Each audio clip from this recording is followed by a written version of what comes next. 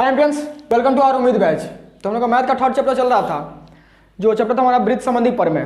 तो उसके लिए सबसे पहले हम लोगों ने वृत्त के बारे में पूरा इन्फॉर्मेशन लिया, वृत्त का जीवा क्या होता है, अर्धव्यास क्या होता है, जितना समझना था समझ लिया हमने। अब थ्योरम को प्रमाणित करने के लिए आपका जो सिलेबस है उसमें जो आपका 90% थ्योरम है, यही इसी चैप्टर का थ्योरम है। यानी आपको जितना आगे का भी थ्योरम पढ़ेंगे, चैप्टर 7, चैप्टर 10, चैप्टर 15, चैप्टर 18, उसमें कहीं ना कहीं सर्वांगसंग का कॉन्सेप्ट यूज किया जाता है। ठीक है, तो सर्वांगसंग क्या है उसको हम लोग बस 10 क्लास में जितना आपको काम लगेगा उस पर्पज से हम लोग पढ़ेंगे। पूरा डेप्थ में भी नहीं जाएंगे और ज़्यादा ऊपर से भी नहीं जाएंगे, यानी एकदम जितना 10 में आपको जरूरत पड़ेगा। तो चलिए हम लोग सर्वांगसंग स्टार्ट करते हैं। ठीक है, तो सर्वांगसंग देखिए होता क्या है। सर्वांगसंग का मतलब होता है सब तरह से समान, सब तरह से समान। देखिए हम समझा रहे हैं आपको। जैसे सपोज कीजिए कि कोई आपको एक ठो बिस्किट दे दिया, कोई एक ठो आपको ये बिस्किट दे दिया, कोई भी कंपनी का यहाँ पे एक बिस्किट है, आपके पास ये दूसरा बिस्किट है, आपके पास ये दूसरा बिस्किट है। दोनों बिस्किट देखने में क्या हो, वैसे डायग्राम अलग बना हो, फिर भी बताइए कंपनी का आप दोनों अगर बिस्किट उठा लेते हैं तो क्या रहेगा, दोनों एक समान ही रहेगा, एक समान रहेगा। तो इसको ही हम लोग क्या बोलते हैं, वो सर्वांगसंग। इसको क्या बोलते हैं हम लोग, सर्वांगसंग, यानी सभी तरह से समान, सभी तरह से समान। भैया समझ नहीं आया और समझाते हैं। देखिए आपका एग्जाम्पल के लिए हमने यहाँ पे 2 मैच बॉक्स लिया। ये देखिए 2 माचिस का बॉक्स है, ठीक है, 2 माचिस बॉक्स है। तो अब ये दोनों बॉक्स देखिए कैसे भी हम करें, अगर इसको ऐसे रखे इसको ऐसे रखे फिर भी एक समान है, तो इसी को हम लोग क्या बोलते हैं, सर्वांगसंग, यानी सभी तरह से समान। यानी इसका लंबाई चौड़ाई और आकार आकृति जो भी देखने में जैसा भी दिखे सब क्या होता है, एक समान होता है। उसको हम क्या बोलते हैं, सर्वांगसंग बोलते हैं। उसको हम क्या बोलते हैं, सर्वांगसंग। ठीक है, इसका रियल लाइफ उदाहरण आप ले सकते हैं। आप मम्मी से अपना मम्मी से 4-5 चूड़ी मांगी, सब चूड़ी देखिएगा रखिएगा एक साथ ना, तो क्या बन जाएगा हम लोग का, सर्वांगसंग बन जाएगा। आप अगर एक पैकेट बिस्किट खरीद के लाइए, एक पैकेट बिस्किट का सब बिस्किट खोल दीजिए और सबको देखिए, तो क्या बन जाएगा, वो सर्वांगसंग बन जाएगा।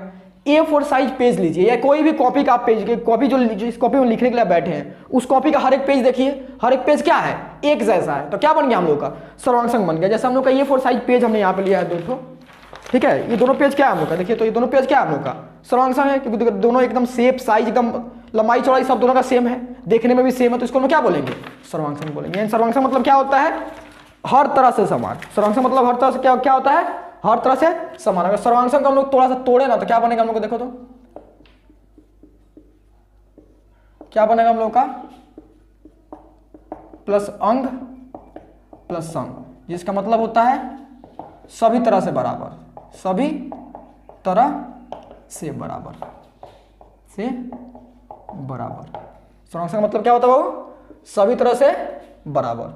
ठीक है, सर्वांगसंग का मतलब क्या होता है, सभी तरह से बराबर। ठीक है, अब सर्वांगसंग हम लोग कहीं लिख के कैसे दिखाते हैं, हम लोग इक्वल टू लिखते हैं। सर्वांगसंग हम लोग इतना बड़ा नहीं लिखते हैं मैथ में, कैसे लिखते हैं, एक सिंबल में दिखाते हैं, इक्वल टू लिखते हैं और इक्वल टू के ऊपर ऐसे एस बना देते हैं, इक्वल टू के ऊपर क्या करते हो, एस बना देते हैं। इसको हम लोग क्या बोलते हैं, सर्वांगसंग बोलते हैं। यानी सर्वांगसंग का साइन कैसे होता है, इक्वल टू लीजिएगा और इक्वल टू के ऊपर ऐसे एस बना दीजिए, जिसको हम लोग क्या बोलेंगे, सर्वांगसंग पढ़ेंगे। जिसको हम लोग क्या पढ़ेंगे, वो सर्वांगसंग पढ़ेंगे। ठीक है, समझ में आपको।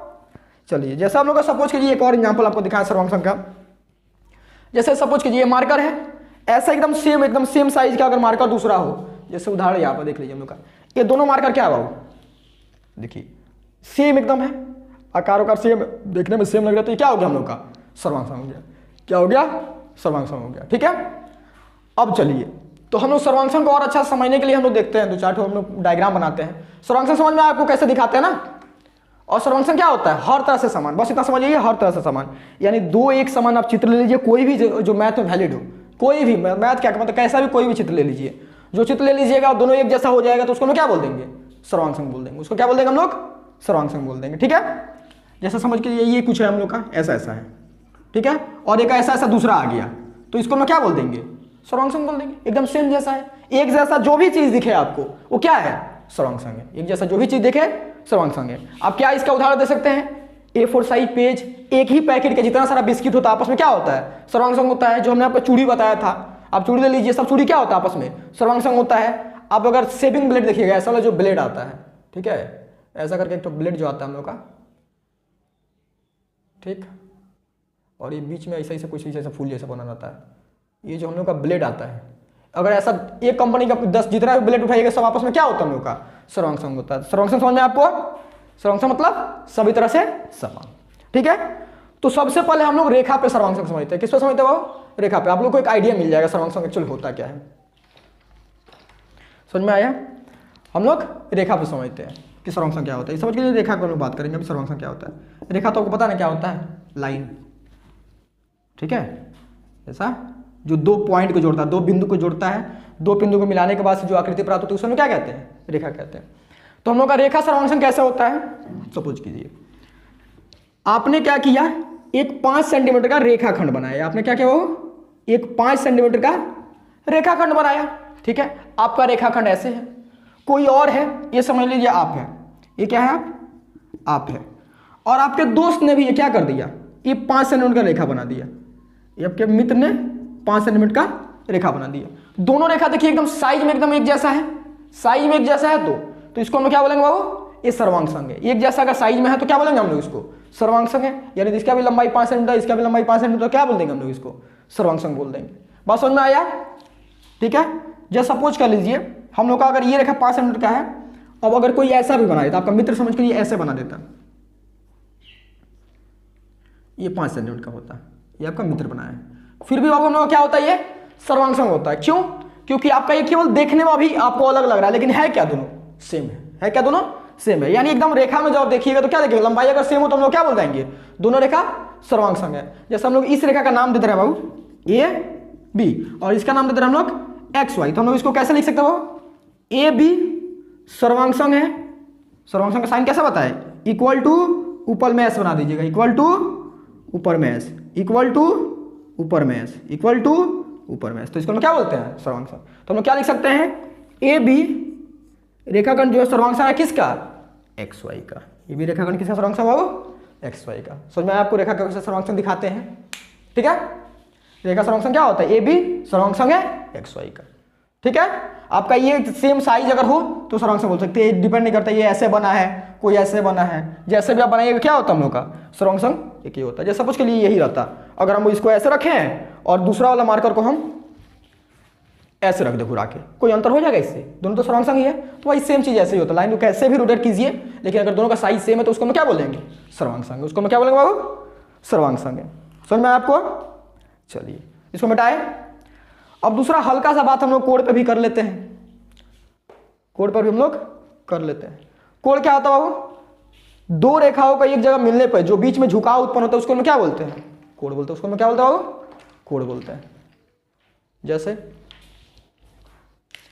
एक ये रेखा है, ठीक, ये हम लोग का ये दूसरा रेखा है, आगे दोनों मिला यहाँ पे जो झुकाव उत्पन्न हुआ इसको हम क्या बोलेंगे? कोण बोल देंगे। इसको हम क्या बोलेंगे? कोण बोलेंगे। और कोण का नाम कैसे देते हैं? 3 पॉइंट को, ये पॉइंट को बी और सी। ठीक है, समझ में आया? अब देखिए अगर हम लोग इसका नाम लिख, इसका माप लिख दे 30 डिग्री, इसका माप लिख दे 30 डिग्री। कोई एक ऐसा एंगल है जिसका माप है 30 डिग्री एक्स वाई जेड। तो इसमें देखिए, इसमें आप भुजा की लंबाई नहीं मापिएगा क्योंकि कोण को हम लोग किस में व्यक्त करते हैं? वो डिग्री में। तो हमेशा हम लोग इसमें डिग्री में देखेंगे। अगर दोनों का डिग्री सेम है तो हम लोग क्या बोल देंगे? सर्वांग संग है। दोनों का डिग्री सेम है तो हम लोग क्या बोल देंगे बाबू? सर्वांग संग है। बात समझ में आया आपको? और एंगल का नाम कैसे देता है बाबू? जिस पॉइंट पे कोण बन रहा हो तो हमेशा उसको बीच में रखते हैं। जिस पॉइंट पे कोण बन रहा हो तो हमेशा उसको बीच में रखते हैं। यानी इसका नाम कैसे लिख सकते हैं? ए बी सी लिख सकते हैं या सी बी ए लिख सकते हैं। समझ में आया बाबू? क्यों? क्योंकि यहाँ पे कोण हम लोग का बना है, तो जहां पे कोण बनता है वहां को हम लोग हमेशा बीच में रखते हैं। तो हम लोग क्या लिख सकते हैं? एंगल ए बी सी किसका सर्वांग संग बाबू? खुद से बोलिए जल्दी। एंगल एक्स वाई जेड का सर्वांग संग। एंगल एक्स वाई जेड का सर्वांग संग। ठीक है, यानी आपको अब दिमाग में एक आइडिया मिल गया होगा सर्वांग संग क्या होता है। एक आइडिया आपको मिल चुका होगा सर्वांग संग क्या है। ठीक है, सर्वांग संग मतलब सभी तरह से बराबर, यानी जिस पैमाना पे भी हम उसको जांचना चाहें उस पैमाना पे क्या होना चाहिए? बराबर होना चाहिए। तो उसको हम क्या बोल पाएंगे? सर्वांग संग बोल पाएंगे। उसको हम क्या बोल पाएंगे बाबू? सर्वांग संग बोल पाएंगे। ठीक है, चलिए तो हम लोग का जो थ्योरम प्रूफ करने के लिए लगता है बाबू, क्या लगता है हम लोग को पता है? दो को त्रिभुज का सर्वांग संग लगता है। क्या लगता है? त्रिभुज का सर्वांग संग लगता है। ठीक है, जिसको हम लोग क्या बोलते हैं इंग्लिश में? ट्राइंगल बोलते हैं। क्या बोलते हैं बाबू? ट्राइंगल। ठीक है, तो हम लोग अब त्रिभुज पहले देख ले, हल्का सा 2 मिनट लेके हम त्रिभुज आपको समझा दें, उसके फिर त्रिभुज का सर्वांग संग हम लोग जाता है। त्रिभुज क्या होता है बाबू? 3 सरल रेखा से घिरे हुए क्षेत्र को हम लोग क्या कहते हैं? त्रिभुज। भैया समझ नहीं आया? ये देखिए, ये हम लोग का रेखा है, सरल रेखा है तो सीधा, सरल माने सीधा। ये सपोज कीजिए ये हम लोग का एक रेखा है, ये दूसरा रेखा है, तो हम लोग क्या बोल देना है, एक रेखा, रेखा 1, ये क्या हम लोग का रेखा 1, ये क्या है रेखा 2, और ये क्या हम लोग का रेखा 3। अब देखिए 3 सरल रेखा से घिर गया क्षेत्र, ये वाला जो क्षेत्र मिला हमें यहाँ पे, यहाँ से यहाँ ये लाइन और यहाँ से यहाँ ये लाइन, अर्थात ये जो घेरा हुआ क्षेत्र मिला इसको हम लोग क्या बुलाएंगे, त्रिभुज बुलाएंगे। इसको हम लोग क्या बुलाएंगे बाबू, त्रिभुज बुलाएंगे। समझ में आया, इसको हम लोग क्या बुलाएंगे, त्रिभुज। यानी त्रिभुज क्या होता है, 3 सरल रेखा से घिरे हुए क्षेत्र को हम लोग क्या कहते हैं, त्रिभुज कहते हैं। अब देखिए त्रिभुज में भुजा कितना है, भुजा माने साइड, एक भुजा, कितना भुजा बाबू, एक भुजा, कितना भुजा है, दूसरा भुजा ये है। आप कैसे भी एक दूसरे बोलते हो, ओवरऑल आप इसमें कितना भुजा रहता है बाबू हम लोग का, 3 भुजा रहता है। कितना भुजा रहता है बाबू, 3 भुजा। ठीक है, ये 1 2 3 आप नहीं भी कोई मतलब नहीं, कितना भुजा हम दिखाना चाह रहे हैं। पहला भुजा हमने इसको माना, दूसरा भुजा ये, तीसरा भुजा ये, आप इस पहले कैसे भी मानिए कोई फर्क नहीं पड़ता। यानी आपको कितना क्या पता चला यहाँ पे, एक त्रिभुज में 3 भुजा रहता है। भुजा को इंग्लिश में क्या बुलाते हैं बाबू, जल्दी, या साइड बुलाते हैं। क्या बुलाते हैं, साइड बुलाते हैं। क्या बुलाते हैं इसको, साइड हम लोग बुलाते हैं। ठीक है, समझ में आया। अब आपसे अगर हम बोले कि कोण बताइए तो इसमें कितना बन रहा है, तो क्या बोलिएगा भैया, तो बच्चा वाला सवाल है, कितना कोण बन रहा है, 3 सवाल, 3 कोण बन रहा है। कितना कोण बन रहा है, 3। यहाँ देखिए 2 रेखाओं के बीच में झुकाव उत्पन्न हो रहा है, यानी हम लोग क्या बोल सकते हैं इसको, घींची बीची हो जाएगी, इधर लेकर भागाते हैं हम इसको। इसको क्या बोल सकते हैं हम लोग, कोण बन रहा है, जिसको इंग्लिश में हम लोग क्या बोलते हैं, एंगल बोलते हैं। ठीक है, यानी 1 नंबर कोण। फिर यहाँ देखिए 2 रेखाओं के बीच में झुकाव, ये कितना कोण बन रहा है, दूसरा कोण। और यहाँ पे क्या उत्पन्न होगा, देखिए यहाँ पर 2 रेखाओं के बीच में झुकाव, इसको क्या बोलेंगे हम लोग, कोण बोलेंगे। बात समझ में आया आपको, कोई दिक्कत। चलिए, तो हम लोग को ये तो जांचना नहीं है, कोण के बारे में इतना इन्फॉर्मेशन आपको चाहिए था। क्या चाहिए था बाबू, कि एक त्रिभुज में क्या होता है हमारा, सॉरी त्रिभुज के बारे में इन्फॉर्मेशन, एक त्रिभुज में क्या होता है, 3 भुजा और 3 कोण होता है। लेकिन हम लोग को जांचना क्या है, त्रिभुज का सर्वांग, यानी त्रिभुज कब सर्वांग होगा, त्रिभुज कब सर्वांग होगा। चलिए, तो बेसिकली आपका त्रिभुज जो सर्वांग है वो क्या होता है हम लोग का, देखिए क्यों हम लोग को जांचना पड़ता है त्रिभुज का सर्वांग, वो हम लोग समझ लेते थोड़ा सा, फिर उसका हम लोग त्रिभुज का सर्वांग का नियम समझ लेंगे, बस इतना ही हमारा काम है। उसके बाद तो फिर हम लोग त्रिभुज में हीरो बन जाएंगे एकदम। त्रिभुज तो उसका जितना, सॉरी थ्योरम है, उसका आप जितना भी थ्योरम पर समझिएगा एकदम आपको समझ में आएगा। ठीक है, चलिए, तो हम लोग अब त्रिभुज को जांच लेते हैं, हम लोग को सर्वांग जानना क्यों जरूरी है। जैसे देखिए, आपको पेज नहीं दिखाते, आपको मैच बॉक्स दिखाते हैं। जैसे दोनों मैच बॉक्स देखिए, देख रहे हैं आप, तो जब तक तो आप ऐसे हैं तब तक आप तो बोल रहे हैं कि हाँ भैया ये सर्वांग है, एक जैसा एक समान है। लेकिन जैसे ही ऐसे हो जाए तो हम लोग कन्फ्यूजन हो जाएंगे। अभी तो आप देखो, अगर एक आकृति इसका बन जाए, सब कुछ कीजिए, अगर हम लोग का ये आकृति ऐसा है और यही आकृति हम लोग का थोड़ा ऐसा टिंडेड करके बन जाए, ऐसे टिंडेड करके बन जाए, तो हम लोग कन्फ्यूजन होने लगेगा कि ये सर्वांग है या नहीं है, सर्वांग है या नहीं है। तो वही जांचने के लिए हमें सर्वांग के रूल की जरूरत पड़ेगी। तो हम लोग सर्वांग का किस पे बात करेंगे, अपना त्रिभुज का सर्वांग का रूल क्या होता है उस पर हम लोग बात करेंगे। ठीक है, समझ में आ गया आपको बाबू। ठीक, चलिए, ठीक, पहला नियम हमसे ये बोलता है कि पहला नियम सर्वांग के नियम, सर्वांग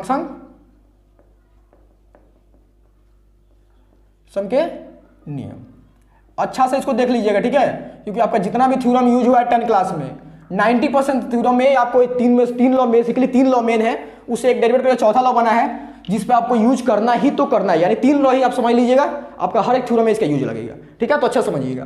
पहला रूल में क्या बोलता है बाबू, एस एस एस, अर्थात इसको हम लोग, अगर एस का मतलब क्या जानते हैं हम लोग बाबू, साइड, यानी साइड साइड साइड। अगर हिंदी में इसको बोले तो इस नियम को क्या बोलेंगे हम लोग बाबू, भुजा भुजा भुजा। कितना भुजा भुजा, देखिए अब समझिए इस रूल को। ठीक है, सपोज कीजिए आपके पास ये एक त्रिभुज है, आपके पास क्या बाबू, एक ये त्रिभुज है, एक तो हम लोग के पास एक त्रिभुज है जिसका नाम हम लोगों ने दे दिया ABC, जिसमें आपका इसका लंबाई है 5 सेंटीमीटर, इसका लंबाई है 4 सेंटीमीटर, इसका लंबाई है 3 सेंटीमीटर, इसका लंबाई है 3 सेंटीमीटर। आप सपोज कीजिए आपके पास एक और त्रिभुज है जिसका नाम है PQR, जिसका इसका लंबाई हम लोग का 4 सेंटीमीटर, इसका लंबाई है 3 सेंटीमीटर, इसका लंबाई है 5 सेंटीमीटर। तो आपको ये बताना है कि ये दोनों सर्वांग है या नहीं है, बस ये बताना है। तो पहला बताने का नियम क्या बोलता है बाबू, कि अगर आपके पास तीनों भुजाओं की लंबाई पता हो, तीनों भुजाओं की लंबाई पता हो, तो आप इस नियम से जा सकते हैं। जब तीनों भुजाओं की लंबाई पता हो दोनों त्रिभुज में, ठीक है। तो हम लोग कैसे जांचेंगे, देखिए हम लोग क्या देख रहे हैं यहाँ पे ए बी का लंबाई कितना बाबू 5 सेंटीमीटर। यहाँ पे हम लोग क्या है पी क्यू का लंबाई कितना है, पी क्यू का लंबाई कितना है 5 सेंटीमीटर। यानी हम लोग क्या लिख सकते हैं A B is equal to क्या लिख सकते हैं बताइए बाबू, तो पी क्यू, क्योंकि दोनों का लंबाई क्या है, ए बी का लंबाई कितना है 5 सेंटीमीटर, पी क्यू का लंबाई क्या है 5 centimetre, A B is equal to P Q क्या लिख सकते हैं हम लोग 5 सेंटीमीटर। अब अगला देखिए बी सी यानी 4 सेंटीमीटर, उसमें देखिए तो 4 सेंटीमीटर कौन है भैया पी आर है। तो हम लोग क्या लिख सकते हैं B C is equal to P R, B C is equal to P R. हम लोग क्या लिख सकते हो B C is equal to P R, समझ में आया आपको। अब देखिए अब हम लोग क्या लिख सकते हैं 3 सेंटीमीटर देखिए कौन है A C is equal to Q R, A C is equal to क्या हो क्यू आर बोल लीजिए या आर क्यू बोल लीजिए कोई फर्क नहीं पड़ता है। A C is equal to क्या हमारा Q R, A C is equal to क्या हम लोग का Q R, A C is equal to क्या हम लोग का क्यू आर है। ये भी क्या हमारा बाबू भुजा था, पी क्यू क्या है भुजा, यानी हम लोग पहला क्या बोल पाए, हम लोग बोल पाए ये भुजा है, पहला क्या हम लोग का भुजा को हम लोग बता दिए कि हाँ ये दोनों त्रिभुज में भुजा क्या आपस में बराबर है, दोनों त्रिभुज में भुजा क्या होगा आपस में बराबर है। यानी हम लोग इसको क्या बोल सकते हैं एस बोल सकते हैं, इसको क्या बोल सकते हैं हम लोग एस मतलब साइड, ठीक है। दूसरा देखिए हम लोग के पास बी सी 4 सेंटीमीटर, यहाँ पी आर देखिए कितना है 4 सेंटीमीटर, तो हम लोग क्या बोल सकते हैं ये भी क्या हम लोग के पास भुजा है, इसको क्या बोल पाए हम लोग भुजा यानी एस है। बात समझ में आ रहा है आपको, ठीक है। यहाँ देखिए A C is equal to Q R, A C is equal to Q R क्या हम लोग का दोनों भुजा बराबर है, यानी हम लोग क्या बोल पाएंगे भुजा, हम लोग क्या है उसमें बराबर है। बात समझ में आया, यानी देखिए इसमें क्या हुआ तीनों भुजाएं बराबर हुई, इसलिए हम लोग क्या बोलते हैं S S S dot S S dot S, यानी भुजा भुजा नियम बोलते हैं हम लोग इसको, क्या बोलते हैं बाबू भुजा भुजा नियम। अब देखिए अब हम लोग अगर ये नियम सर्टिफाइड कर जाए, अगर ये नियम सर्टिफाइड यानी इस नियम को अगर माने, अगर इस नियम को ऐसा कुछ सिचुएशन आपके पास मिल जाए तो हम लोग क्या बोल पाएंगे दोनों त्रिभुज आपस में क्या बाबू सर्वांग संग है, दोनों त्रिभुज आपस में सर्वांग संग, दोनों त्रिभुज आपस में सर्वांग संग, ठीक है। समझ में आया आपको, ठीक है। अब देखिए तो हम लोग क्या लिख सकते हैं त्रिभुज ए बी सी, त्रिभुज ए बी सी सर्वांग संग है, त्रिभुज ए बी सी सर्वांग संग हम लोग का किसका पी, हम क्या बोल सकते हैं पी क्यू आर का हम लोग बोल सकते हैं त्रिभुज पी क्यू आर, किसका सर्वांग संग बाबू त्रिभुज एबीसी किससे सर्वांग संग है पी क्यू आर, कैसे एस एस एस शर्तानुसार, एस एस एस शर्तानुसार। समझ में आया आपको, यानी किस शर्त के अनुसार हम लोग ने बोल पाया कि सर्वांग संग है एस एस एस शर्तानुसार। समझ में आया आपको एस एस एस शर्तानुसार, इसलिए यानी तीनों हम लोग इसको अगर सादा भाषा में सीधा से समझे तो क्या होता है दो ऐसे त्रिभुज जिनमें आपस में तीनों इसका तीनों भुजाएं बराबर, तीन संग भुजा, इसका ये भुजा बराबर है, इसे ये भुजा बराबर है, यानी जो आपस में भुजाएं जब बराबर होती हैं उसके लिए क्या कहते हैं सर्वांग संग। किस आधार पर कर पाएंगे तीनों भुजाएं बराबर हो जाएंगे दोनों त्रिभुज के आपस में, तो हम क्या बोल पाएंगे बाबू उसको कि वो दोनों क्या है हम लोग का सर्वांग संग है, वो दोनों क्या है हम लोग का सर्वांग संग है। बात समझ में आया। चलिए इसको एक और हम आपको एग्जाम्पल दे दें ताकि आप खुद से कीजिएगा, ठीक है। अभी हम लोग खुद से नहीं करेंगे, हम लोग इंतजार करेंगे कि आप कीजिएगा फिर हम लोग उतारें, वैसा नहीं करना है, आपको खुद से करना है, ठीक है। सपोज कीजिए ये हम लोग पास है एक तो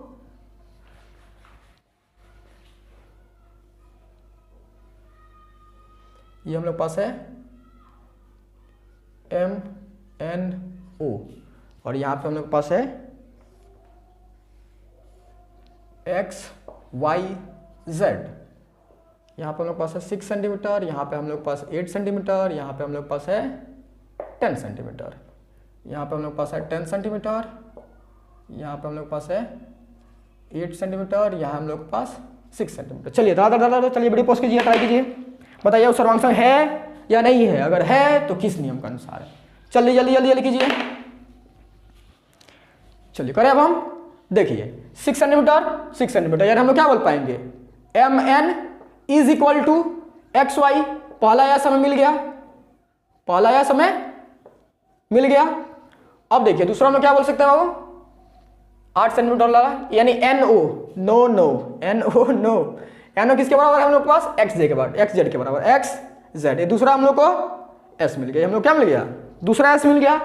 अब देखिए हम लोग पास क्या है, एम ओ या ओ एम बोल लीजिए, अगर आप इधर से ओ एम बोल लीजिए, क्या हम लोग पास वाई जेड, किसके बराबर होगा हम लोग पास, वाई जेड के बराबर। हम लोग को 3 ठो एस मिल गया, तो हम लोग क्या बोल पाएंगे, त्रिभुज एम एन ओ सर्वांशांक है किसका, त्रिभुज एक्स वाई जेड का। कैसे, एस एस शर्तानुसार, एस एस शर्तानुसार। बात समझ में आया बाबू, क्या बोल सकते हैं हम लोग, एस एस शर्तानुसार। क्लियर हो गया। चलिए तो हम लोग एस एस सर्वांशांक जा सकते हैं। पहला नियम हमें क्या बोलता है, एस एस एस, यानी तीनों भुजा जब दोनों त्रिभुज की बराबर हो जाएंगे आपस में, तो हम लोग इसको क्या बोल पाएंगे, सर्वांशांक बोल पाएंगे। चलिए इसको मिटाएं अब मिटा के इस पे बेस पर हम लोग क्या कंक्लूजन निकाल सकते हैं, यानी क्या और हम लोग बोल सकते हैं। अब हम लोग कोड के बारे में, इन दोनों का आपस में जो कोड हुआ है उसके बारे में हम लोग क्या परिकल्पना अपना, इससे ये सर्वांशांक प्रूफ हो जाने के बाद हम लोग क्या क्या दे सकते हैं। अब देखिए हमने क्या बोला था बाबू कि सर्वांशांक जो होता है उसमें क्या आता है, हर चीज बराबर आता है, यानी आकार विकार सब चीज बराबर हो जाता है, हर चीज बराबर हो जाता है। तो यानी जब हम लोग इसको सर्वांशांक प्रूफ कर चुके हैं, इस त्रिभुज को हम लोगों ने क्या बोल दिया कि सर्वांशांक इस नियम के अनुसार सर्वांशांक हम लोग का प्रूफ है, सर्वांशांक प्रूफ हो गया। अब सर्वांशांक प्रूफ होते ही हम लोग क्या बोल पाएंगे कि अंदर का सब कोण आपस में भी तो बराबर होगा। हाँ भैया बोल पाइएगा, क्यों, क्योंकि सब चीज बराबर है। सर्वांशांक का मतलब ही क्या होता है, सब चीज बराबर है, सर्व अंग समान, यानी सब चीज बराबर, यानी इसमें आपस में बराबर होगा। तो इसमें हम लोग अब कोण ढूंढना शुरू करेंगे, कौन कौन सा कोण आपस में बराबर होगा। तो यहाँ देखिए ये भुजा कौन सा हम लोग का 5 और 4 है। अब यहाँ देखिए 5 और 4 वाला भुजा कौन है, 5 और 4, यानी ये एंगल का जितना मान होगा इस एंगल का ही मान उतना ही होगा। जिसके बीच जो दो भुजाओं के बीच में आप यहाँ पे जांचिएगा, उसी दो भुजाओं के बीच में यहाँ पर भी जांचिएगा। यानी हम लोग यहाँ पे क्या बोल पाएंगे, देखिए 5 और 4 के बीच था, यहाँ क्या हम लोग का 5 और 4 के बीच है, तो ये दोनों कोण का मान क्या होगा, इसका और इसका मान आपस में समान होगा, आपस में समान होगा। तो हम लोग क्या लिख सकते हैं, अगर सर्वांशांक प्रूफ हो जाने के बाद से, angle A B C, angle A B C is equal to Q P R. Q angle, ये एंगल का साइन होता है, ऐसे जो हम लोग देते हैं ना, ऐसे ये एंगल साइन होता है। Angle A B C is equal to angle Q P R. अब आप खुद से दूसरा बताइए तो कौन कौन समान होगा वो, जल्दी जल्दी। 4 और 3, 4 और 3, 4 और 3, ऊपर नीचे से फर्क नहीं है, 4 और 3, 4 और 3, यानी ये कोण और ये कोण आपस में बराबर रहा होगा। तो इस कोण को हम क्या लिख सकते हैं, बी सी ए या A C B, angle B C A is equal to angle Q R P. अब तीसरा आप जल्दी से लिख दीजिए खुद से, तीसरा क्या है, इसमें ये बचा 3 और 5, 3 और 5, तो ये क्या हो गया आपस में बराबर हो गया। यानी हम क्या बोल सकते हैं, B A C, angle B A C is equal to, मतलब क्या आ गया यहाँ पे, ये था ना 3 और 5, 3 और 5, तो 3 और 5 यानी क्या होगा पी क्यू आर है, एंगल पी क्यू आर। समझ में आपको। चलिए ये डाटा हम लोग दे सकते हैं। पहला नियम हमको उम्मीद है बहुत अच्छा से आपको समझ में आ गया होगा। फिर भी आपको कुछ डाउट रह जाता है तो आपके लिए तो कमेंट बॉक्स है ही है, जो डाउट हो पूछ लीजिए, क्लियर कर देंगे, ठीक है। चलिए इसको उतार लीजिए आप लोग, ठीक है, इसको उतार लीजिए, ठीक है, ये लगता है यूज होगा आप लोग का, चलिए उतार लीजिए, ठीक है, मिटा रहा है वीडियो पॉज कर उतार लीजिए, ठीक है। पहला नियम समझ में आया। चलिए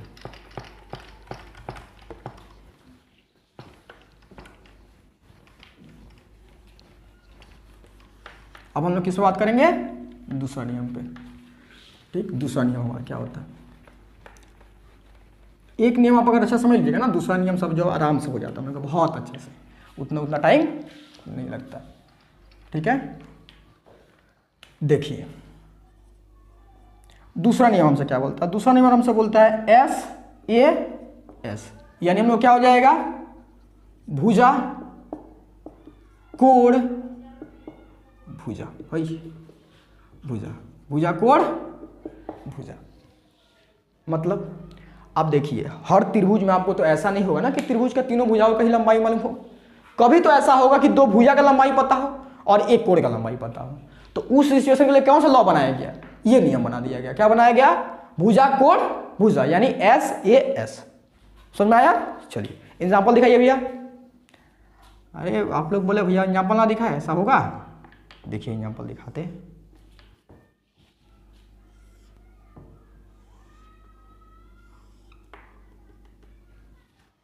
इसका नाम हमने दे दिया ए बी सी, इसका नाम दे दिया एक्स वाई जेड।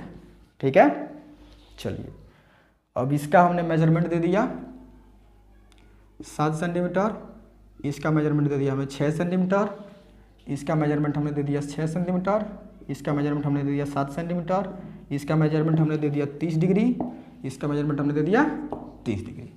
बात समझ में आपको? अब देखिए इसमें हमें जांचने के लिए तीसरा भुजा ही नहीं है, तो इसलिए हम लोग वो नियम नहीं लगा सकते, वो नियम नहीं लगा सकते, यानी ट्रिपल एस वाला नियम हम लोग नहीं लगा सकते, क्योंकि आपको पता है क्या, 2 साइड है और एक तीसरा साइड का हम लंबाई पता नहीं है, तो इसमें हम लोग कोई जजमेंट नहीं दे सकते। बात समझ में आया?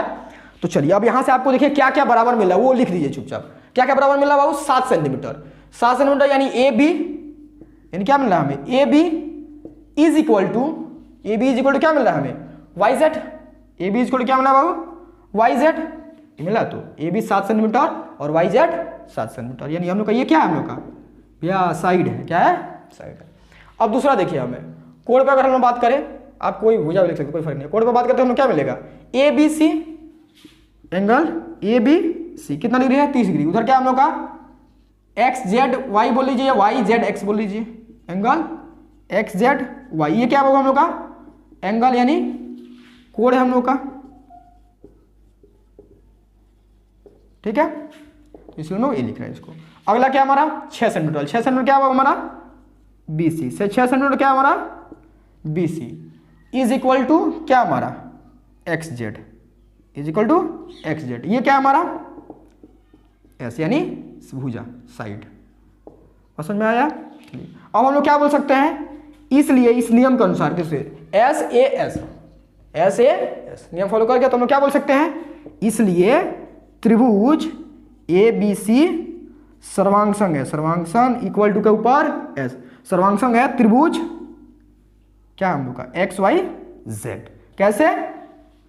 एस ए एस शर्तानुसार, शर्तानुसार। ठीक है, अब आप लोग क्या कीजिएगा, अब इसके तथ्य को हम लोग क्या क्या निकाल सकते हैं, ये और ये भुजा बराबर होगा और आपस में कौन कौन सा कोण बराबर होगा वो आपको जांच के कमेंट बॉक्स में आपको कमेंट करना है। समझ में आया? चलिए दूसरा नियम समझ में आया आपको? ठीक। अब देखिए बाबू दूसरा नियम का ही एक रूपांतर, यानी नियम तो यही लगता है लेकिन उसको थोड़ा सा लिखने का तरीका अलग होता है, यानी वो केवल स्पेसिफिक केस में यूज किया जाता है। जैसे ये आप नियम हर दुनिया में हर त्रिभुज पर लगा सकते हैं, वो एक नियम है जो ना मतलब केवल है यही नियम, लेकिन आपको समझा रहा है। ठीक है, वो केवल क्या किया गया ना, समकोण त्रिभुज जो होता है ना, समकोण त्रिभुज बोलिए तो क्या होता है हम लोग का, जिस त्रिभुज में किसी एक कोण का मान समकोण अर्थात 90 डिग्री हो, 90 डिग्री में क्या बुलाते हैं? समकोण। तो इसलिए हम लोग अगर किसी त्रिभुज में 90 डिग्री कोण है तो हम लोग क्या बोलते हैं उसको? समकोण त्रिभुज बोलते हैं। बात समझ में आया आपको? चलिए अब यानी ये जो हम लोग का एकदम सेम इसी नियम का है। ठीक है, और उसी का रिप्लेसमेंट है, यानी आपको मूल नियम 3 है, एक इसका एक्सेप्शन में कभी कभी आपका बुक यूज कर देता है, हालांकि हम लोग थ्योरम जब यूज करेंगे तो उसका नहीं भी यूज करता है तभी बन जाएगा। हम लोग थ्योरम जितना प्रूफ करेंगे उसको नहीं भी यूज करेंगे तो बन जाएगा। जैसे देखिए हम लोग को पता है क्या समकोण त्रिभुज ये होता है हम लोग का, जिसमें एक कोण हम लोग का 90 डिग्री हो जाए, एक कोण 90 डिग्री हो जाए। इसमें बाबू हम लोग का ये जो सबसे बड़ा भुजा होता है इसको हम लोग क्या बोलते हैं भैया? हाइपोटेनियस या कर्ण बोलते हैं, जिसको हम लोग एच से रिप्रेजेंट करते हैं। बात समझ में आया? और ये क्या हम लोग का समकोण है, इसको हम क्या बोलते हैं समकोण, और समकोण के इंग्लिश में क्या बोलते हैं? राइट एंगल, जिसको हम लोग आर से रिप्रेजेंट करते हैं, राइट एंगल मतलब समकोण। अब ये क्या हो गया हमारा भुजा, जिसको हम लोग अगर अच्छा से जानते हो तो इसको परपेंडिकुलर बोलते हैं, इसको बोलते हैं यानी साइड, हम लोग जनरल यही पे लेके चलेंगे। बात समझ में आया? तो दूसरा नियम ये लोग कैसे यूज करते हैं, किताब वाले जो हम लोग राइटर लोग हैं वो लोग क्या बोलते हैं कि आपको अगर एक समकोण त्रिभुज मिले, आपको एक अगर पहले ये पता हो कि ये समकोण त्रिभुज है, पहले या को पता हो कि अगर समकोण त्रिभुज है तो आप एक काम कीजिए, पहले अगर आपको पता है ये समकोण त्रिभुज है, जैसे ए बी सी और इसको मैं क्या नाम दे रहे हैं एक्स वाई जेड, आपको अगर पहले ही पता हो ये समकोण है, यानी ये हम लोग का 90 होगा और ये क्या हम लोग का 90 है, तो आप देखिए सबसे पहले 90 बराबर तो होना है समकोण में, यानी हम लोग को क्या मिल गया? राइट एंगल बराबर मिल गया। यानी हम लोग क्या बोल सकते हैं? Angle A B C is equal to angle X Y Z. ये क्या हम लोग का राइट एंगल है,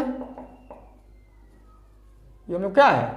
राइट एंगल, जिसको हम लोग शॉर्ट में क्या लिख सकते हैं? आर से द्वारा रिप्रेजेंट कर सकते हैं।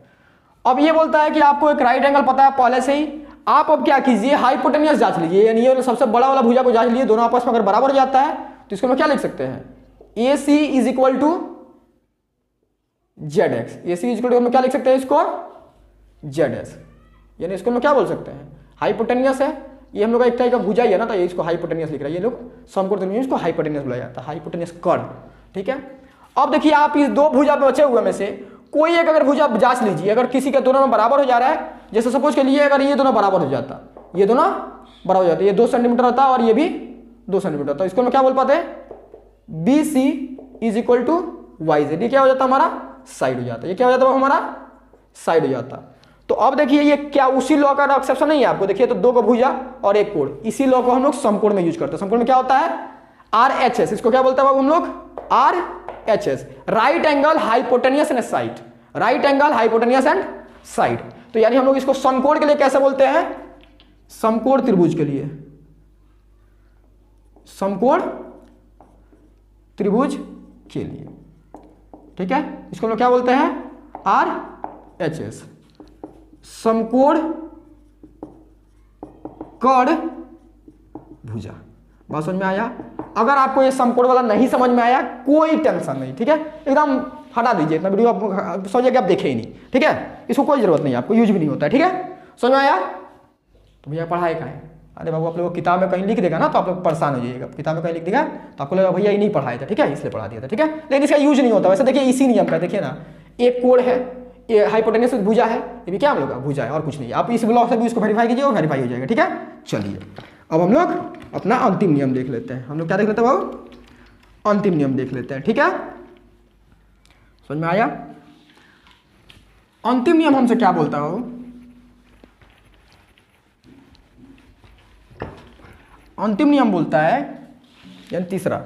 ठीक है, हम लोग का तीसरा नियम क्या बोलता है, A S A, A S A अर्थात कोण भुजा कोण। अब आपको पता चल गया होगा भैया, हमको पता है। क्या कीजिएगा आप, एक दो त्रिभुज होगा जिसमें 2 कोण बराबर होगा और एक भुजा बराबर होगा, अर्थात देख लीजिए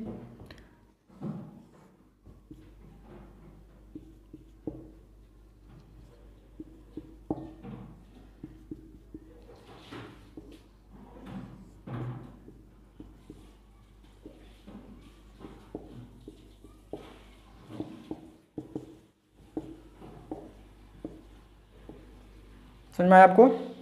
अब देखिए जांचिए खुद से, तो क्या होगा हम लोग का, ये एंगल देखिए A B C, angle A B C कितना 60 डिग्री, इसमें 60 डिग्री कौन है, Y Z X, angle Y Z x.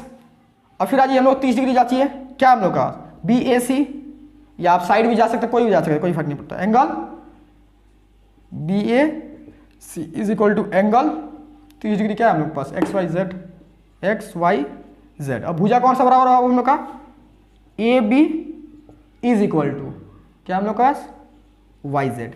ये देखिए हम लोग के पास क्या है, कोण है, तो क्या मिल गया हमें, ए मिल गया। ये क्या है हमारे पास, कोण है, ये क्या मिल गया हमें, साइड मिल गया।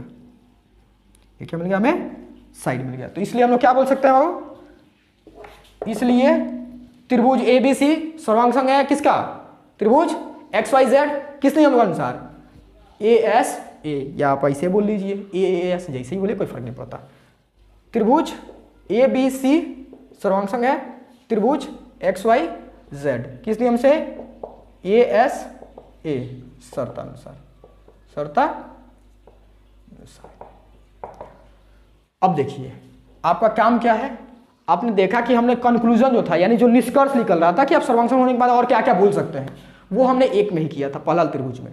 तो आपका काम है जो आपका 2 त्रिभुज यानी 3 त्रिभुज, एक इस पे लिए, इसके लिए हमने बनाया, एक इसके लिए बनाया, एक इसके लिए बनाया। अगर आपको जिसको समझ में आ गया हो तो अच्छा बात है, नहीं आया तो चीज़ को छोड़ दीजिएगा। आप इन दोनों का जो निष्कर्ष है वो निकाल के आप खुद से देख लीजिएगा। अगर किसी को डाउट हो उसमें तो आप व्हाट्सएप ग्रुप में जाकर ज्वाइन है, तो उस ग्रुप में आप बना के भेजिए, हम चेक करके बता देंगे कहाँ पे आपको करेक्शन करना है। ठीक है, चलिए फिर हम लोग मिलते हैं अपना नेक्स्ट वीडियो में। और नेक्स्ट वीडियो में आप लोग का जो बुक में आपका चैप्टर 3 में थ्योरम दिया हुआ है वो हम लोग थ्योरम में स्टार्ट करेंगे।